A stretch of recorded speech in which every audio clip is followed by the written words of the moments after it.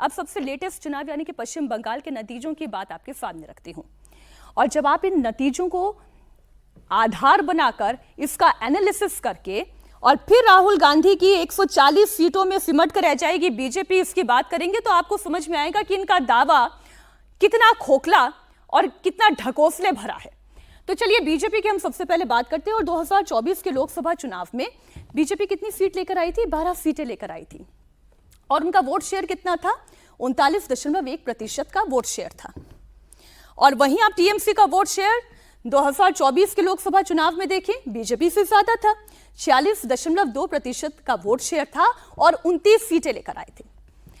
अब यही 2026 के विधानसभा चुनाव का आंकड़ा देखें, जो 46.2% लोकसभा में टीएमसी लेकर आई थी, आज 2026 के विधानसभा चुनाव में बीजेपी 45.84% वोट शेयर के साथ 207 सीटें विधानसभा में लेकर आई है। और वहीं तृणमूल का वोट शेयर घटा 40.80% पर आया और 8 सीटों पर सिमटने वाली पार्टी तकरीबन 5.5% के वोट को खो चुकी है पश्चिम बंगाल में। और बीजेपी का 6.74% वोट शेयर बढ़ गया है। जितना टीएमसी का घटा है तकरीबन उतना ही बीजेपी का, उससे थोड़ा बीजेपी का और बढ़ा है। और कांग्रेस पार्टी की खैर बात ही क्या करें, 4.7% वोट शेयर के साथ एक सीट लेकर आई थी और एक महिला कैंडिडेट उनकी लोकसभा में जीती थी, ईशा चौधरी शायद उनका नाम था। और ये 2.97% वोट शेयर के साथ 2 सीटें लाने वाली कांग्रेस पार्टी का वोट शेयर इस बार विधानसभा चुनाव के बाद और घट गया। तो ये तो जमीन की पकड़ और जमीन की पहचान है राहुल गांधी को। और अब अगला आंकड़ा जब आप देखेंगे और इस आंकड़े को लोकसभा चुनाव और विधानसभा चुनाव के आधार पर जब राहुल गांधी के बयान पर एसेस करेंगे तो फिर क्या निकलता है। 2024 का लोकसभा चुनाव में 39.1% वोट शेयर के साथ बीजेपी 12 सीट लेकर आती है, तो 46.2% के वोट शेयर के साथ क्या 29 सीटें लाने वाली टीएमसी 12 सीटों पर नहीं सिमट जाएगी? क्योंकि उनका वोट शेयर, अब जितना वोट शेयर टीएमसी लेकर आ रही थी एग्जैक्टली उतना ही वोट शेयर 45.84% बीजेपी लेकर आ रही है। आप जरा इन दोनों आंकड़ों को देखें, जितना बीजेपी का वोट शेयर पिछले चुनाव में था एग्जैक्टली उतने ही वोट शेयर के पास टीएमसी आकर खड़ी हो गई है। तो क्या उसका 17 सीटों का नुकसान नहीं होगा? क्या 12 सीटों पर वो नहीं सिमट जाएगी? मैं फिर कह रही हूं, ये वो एनालिसिस है जो राहुल गांधी कर रहे हैं। ये वो एनालिसिस है जो राहुल गांधी कह रहे हैं कि आज की तारीख में अगर चुनाव हुए तो 140 पर बीजेपी सिमट जाएगी। तो वो कौन सा डेटा रख रहे हैं? क्योंकि विधानसभा चुनाव के नतीजों का डेटा तो ये कहता है कि आज की तारीख में अगर चुनाव हुए तो लोकसभा में 17 सीटों का नुकसान होने जा रहा है टीएमसी को और 18 सीटों का फायदा होने जा रहा है बीजेपी को, क्योंकि 45.84% का वोट शेयर बीजेपी लेकर आ रही है। और फिर मैं कहती हूँ कांग्रेस पार्टी की मैं क्या बात करूं, 4.7% का वोट शेयर 2024 के लोकसभा चुनाव में था, लेकिन जिस तरीके से उनका वोट शेयर घट रहा है 2.97% के वोट शेयर के साथ, क्या कांग्रेस पार्टी एक सीट भी ला पाने की स्थिति में है? ये एक सवाल है। आइए अब बात करते हैं बंगाल की बात, बिहार की। बिहार में न सिर्फ कमल खिला, एनडीए की बम्पर जीत हुई। बिहार में बीजेपी का अपना मुख्यमंत्री भी बन गया है। और कल जो है आप जानते हैं कि बहुत बड़ा आयोजन होने जा रहा है, जब मंत्रिमंडल का विस्तार होने जा रहा है, उसकी भव्य तैयारियां हो रही हैं। तो बिहार में किसके पास कितना वोट शेयर है वो डेटा आपके सामने रख देती हूं। तो सबसे पहले बात बीजेपी की।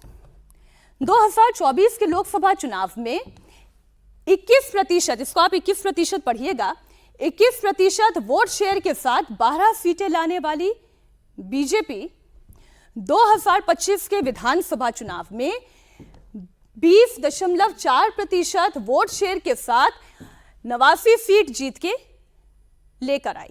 यह विधानसभा चुनाव का डेटा है और वो 24 का लोकसभा चुनाव का डेटा है, क्योंकि हम उन राज्यों की बात कर रहे हैं जहां पर बीजेपी को नुकसान हुआ था। वो बंगाल हो, वो बिहार हो, वो उत्तर प्रदेश हो, वो महाराष्ट्र हो, जो बीजेपी के हिंदू बेल्ट वाले राज्य कहे जाते हैं, उनमें बीजेपी को नुकसान हुआ था। इसलिए मैं 2024 के डेटा के साथ 25 और 26 के विधानसभा चुनावों को डेटा के साथ इसका असेसमेंट कर रही हूं। अब जेडीयू की बात करें, 18.9% वोट शेयर के साथ 12 सीटें लेकर आई लोकसभा चुनाव में जेडीयू, और विधानसभा चुनाव में 19.6% के वोट शेयर के साथ 85 सीट विधानसभा में जेडीयू लेकर आई। अब आगे एलजेपी की बात करें, एलजेपी को 6.6% का वोट शेयर और जबरदस्त स्ट्राइक रेट रहा। 5 की 5 सीट जो है वो जीत कर आए, और 5.1% का वोट शेयर उनका विधानसभा चुनाव में रहा, और 19 सीटें चिराग पासवान की पार्टी एलजेपी लेकर आई। अब वही इंडिया अलायंस की बात कर लें। ये ऊपर की 3 पार्टी, हमने एनडीए की बात की, अब आइए इंडिया अलायंस की बात करें, आरजेडी और कांग्रेस की बात करें। 22.6% के वोट शेयर के साथ 4 सीटें जीतकर अगर लोकसभा चुनाव में आरजेडी लेकर आती है, और 23.4% के वोट शेयर के साथ 25 सीटों पर सिमटती है, ठीक वैसे ही कांग्रेस पार्टी जो 6 सीटों पर सिमट रही है 8.9% के वोट शेयर के साथ विधानसभा चुनाव में, और 2024 के लोकसभा चुनाव में 9.4% के वोट शेयर के साथ 3 सीटें लेकर आ रही है, तो 26 + 6। अब अगला जब आप डेटा देखेंगे तो इस डेटा को आप और ज्यादा बेहतर तरीके से समझेंगे। जरा अगला डेटा हमारे दर्शकों के सामने रखें। जब हम वोट शेयर की बात कर रहे हैं कि बिहार में किस पार्टी के पास कितना वोट शेयर है, तो ये अब आप देखें, एनडीए कुल 46.3% वोट शेयर के साथ 30 सीटें 24 के लोकसभा चुनाव में, 52.5% वोट शेयर के साथ बहुमत की सरकार 202 सीट विधानसभा चुनाव में। वोट परसेंटेज में आप शेयर का चेंज देखें कितना बड़ा है, 46 से 52%, यानी कि 6.2% का आप अपसर्ज देख रहे हैं। बढ़ रहा है इतना वोट शेयर बीजेपी का, एनडीए का, बीजेपी के अलायंस के साथ आप इसे कैलकुलेट करें। और वहीं राहुल गांधी ये कह रहे हैं कि आज की तारीख में अगर लोकसभा चुनाव हो गए तो बीजेपी सिमट जाएगी, तो क्या वाकई में ऐसा होगा? 37.3% के साथ 9 सीटें लेकर आने वाला इंडिया अलायंस विधानसभा चुनाव में 35 सीट पर सिमटने वाला, 38.6% के वोट शेयर वाला, बढ़त इसमें भी आपको दिखाई दे रही है, 1.3% की बढ़त दिखाई दे रही है। लेकिन क्या इसके मुकाबले ये बढ़त क्या सरकार बनाने की स्थिति में इंडिया अलायंस को लेकर आ सकती है? ये सवाल मैं आपके हिस्से छोड़ रही हूं। एक और डेटा मैं आपको दे रही हूं।